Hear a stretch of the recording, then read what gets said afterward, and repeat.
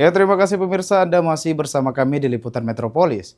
Pemirsa, pelaksanaan MPLS tingkat SMA dan SMK di Sumatera Selatan akan dimulai pada 13 hingga 17 Juli 2026. Gubernur Herman Deru menginstruksikan agar pelaksanaan MPLS sesuai prosedur yang sudah ditentukan.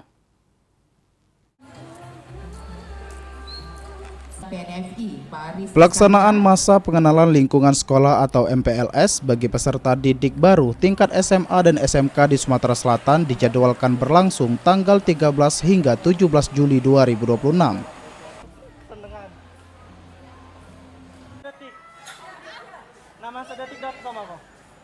Gubernur Sumatera Selatan Herman Deru memberikan instruksi kepada semua pihak yang terlibat dalam pelaksanaan MPLS harus melaksanakan sesuai aturan dan hukum yang berlaku sehingga pelaksanaan MPLS dapat berjalan dengan lancar. Media nasional. Saya pikir kalau saya instruksikan untuk semua ini harus berjalan sesuai dengan koridor aturan dan hukum yang berlaku saja.